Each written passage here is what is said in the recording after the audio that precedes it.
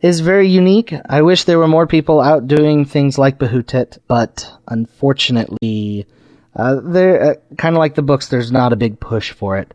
Also, the quality of articles vary in Behutet, so I wish more people who were engaged in the work would choose to write for it. But we'll see how that goes. The next email is from a listener who writes anonymously. He writes, "Do what thou wilt should be the whole of the law. Hi, John. I'm a young Thelemite, part of a new generation, perhaps?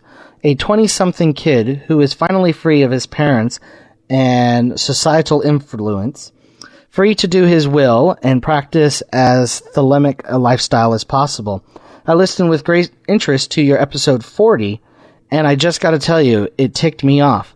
You're right on that. College libraries are not the way for the OTO to go.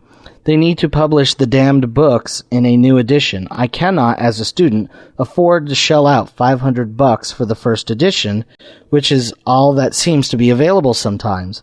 HB's conception of college-bred Thelema is as stupid as it is naive. I don't remember if it was you or Keith 418, but one of you made the comment that students would steal the books if they were in the library. That's absolutely true. I've searched on numerous occasions at the Library of Indiana University in Bloomington, Indiana, which is where I study and work, and we have one book, a copy of Crowley's Tao Te Ching. This is pathetic. Where's the Book of the Law? How is the OTO supposed to prosper in the college libraries if the seminal text of the religion isn't available? On another note, there's no complete collection of Crowley's diary, which by now there should be. I think that should be the OTO's number one priority. Publish the diaries of all past AA members. Only in following the footsteps of those who have gone before do we have a chance to avoid the terrors of the abyss. Well, sorry for the length. Sorry for pouring out the black bile of my rage. Love the show. Keep up the work. Loves the law. Love under will. Well, I share your pain, and I agree that the ideas that Thelema is going to be bred in the libraries is really foolish. So thanks for your comment. And then the last one is from Tony. Let me play Tony's voicemail first, and then I will read his email. So here's Tony's voicemail. Hi, John. This is Tony from Texas, and I'm listening to podcast number 41. I just finished with Keith 418's interview, and I just had to stop listening and call you because it certainly brought up a lot of things for me.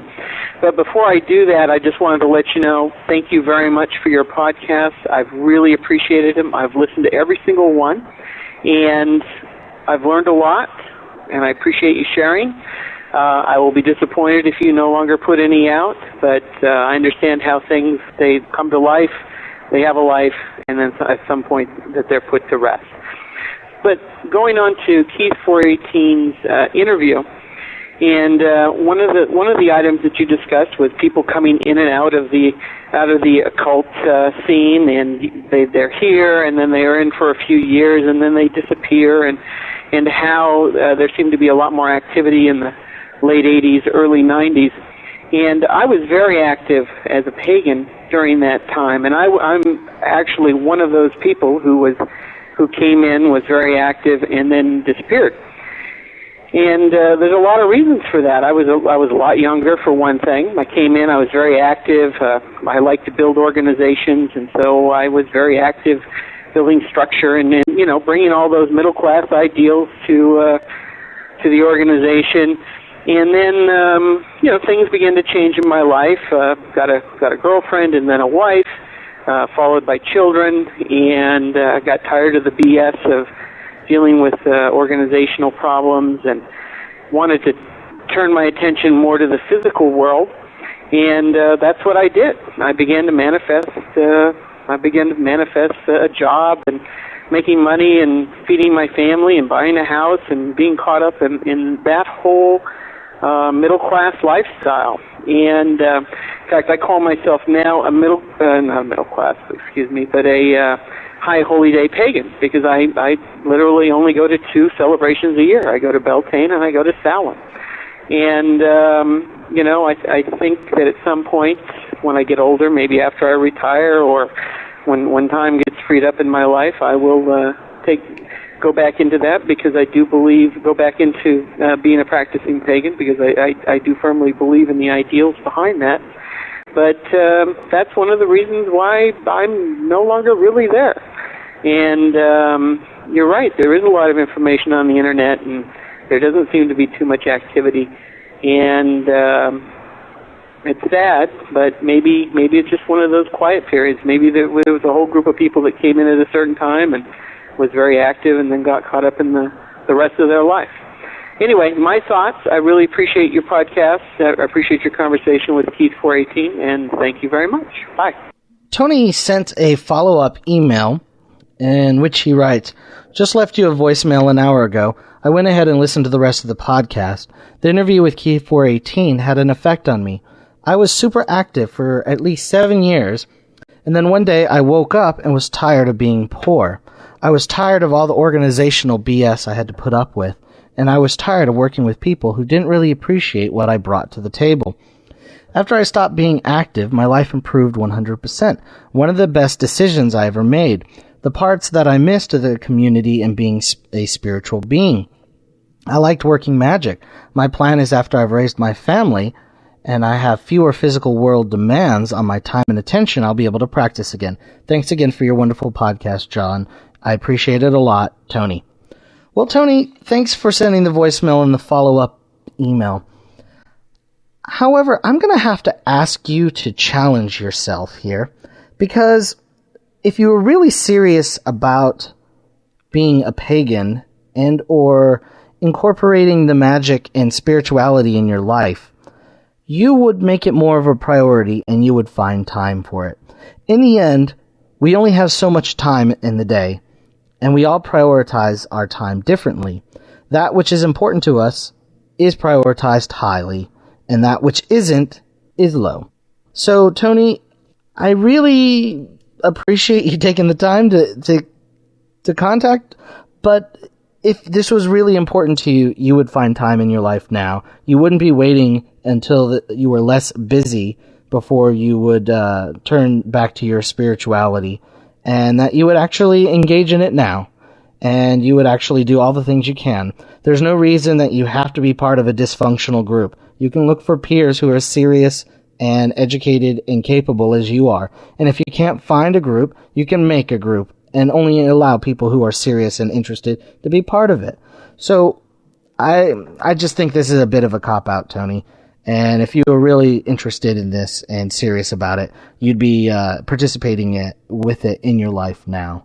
So maybe that's something for you to think about. And instead of doing these things only on the high holy days, you could figure out a way to reprioritize your life to incorporate these things now. Okay, so that's all of the feedback. And went through a whole bunch of it quickly. So sorry if I didn't read that the most clearly. We have 3 segments today. First is an interview with William Kiesel of Ouroboros Press. William has put out a number of kind of more grimoire-type books, the first being the half of the translation of the Picatrix, and he has put out some other books. So we talk about the books that he has put out and his future books, and also the production process and how he got into the publishing of this material. The second interview is with Keith 418. He and I look at Hegel and Hegel's ideas of the master and slave relationship, and also how those affect Thelema and Crowley. And lastly, there is a almost hour interview with David Jones, and he is a practitioner in Oregon, and he has been working quite diligently on Enochian magic for a number of years. And we were lucky enough to get a little bit of his time so he could come on the show and talk a little bit about his Enochian practices, how he sees Enochian work, and we spend particular attention to the Enochian tablets. So those are the 3 interviews today. So without further ado, let's get into the interview with William Kiesel. We have on the phone with us William Kiesel from Ouroboros Press. Are you there, William? I am. Thanks, John. 93, welcome to the podcast. 93, I'm glad to be a part of the show. Now, for those who don't know, Ouroboros Press specializes in kind of older or more, I guess, grimoire-type documents. The first thing that you put out was a translation of the Picatrix, and you have since done the Heptameron and the Turba Philosophorum. How did you start getting into the publishing and then deciding to put out these kinds of books and also in these formats? Well, originally, John, I wanted to read these works, and the Picatrix particularly because it just kept coming up in my own research.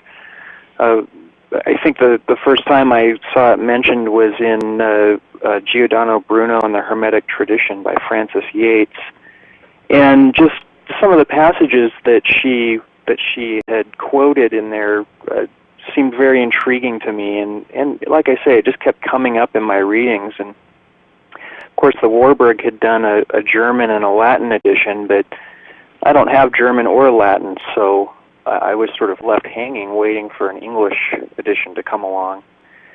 And around the same time, I'd been apprenticing as a bookbinder with Joel Radcliffe of Ars Obscura Bookbinding in Seattle. And Joel had been involved in publishing some esoteric works in the 80s, and had some association with Heptangle Press and Acorn Press, and so I was apprenticing with him and learning how to do the binding by hand, and he was the one that suggested that I sort of try to get a project going, and he arranged for me to get the Arabic that was used for the original translation. Okay. And the other titles that have come up through your press, how did you choose those?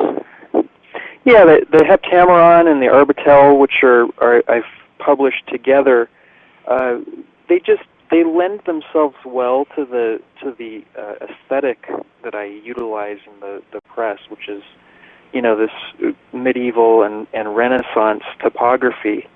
I feel like a lot of times the material that I'm dealing with, since it harkens from those previous eras, that I like to invoke the feeling of that era, and I try to account for that in the design of the books. So the Heptameron and the Arbatel, they're just classic. They're classic works that are utilized. You see them quoted often in later esoteric works, and for a long time you just couldn't get this material. Mm-hmm. And certainly not. There's a lot of free texts on the internet, but it's just not the same as holding an actual book in your hand. Mm-hmm. And the Turba Philosophorum stemmed from my interest in alchemy and Hermetic philosophy, which has been my primary focus in the last several years. And again, just not being able to get these texts, I found it it sort of behooved me to make them available, even if it was just so I could read them. Now go ahead. You do all the layout on all of these, correct? Yeah, I do all the design and the topography, and but pretty much I do everything except the printing and the binding of the fancy bindings. Right, and you do put out different versions. You do a general cloth trade edition, and then you also do leather-bound editions? Yeah, there's a trade cloth edition with printed dust jackets, and then we also issue leather and vellum copies, of course in limited numbers, and those are hand-bound at Ars Obscura. Mm-hmm. Joel does really, really nice work. Okay. And how many of the of each do you do? I mean, obviously it varies per, but in general. We usually print about 700 to 1,000 copies of each title. Okay.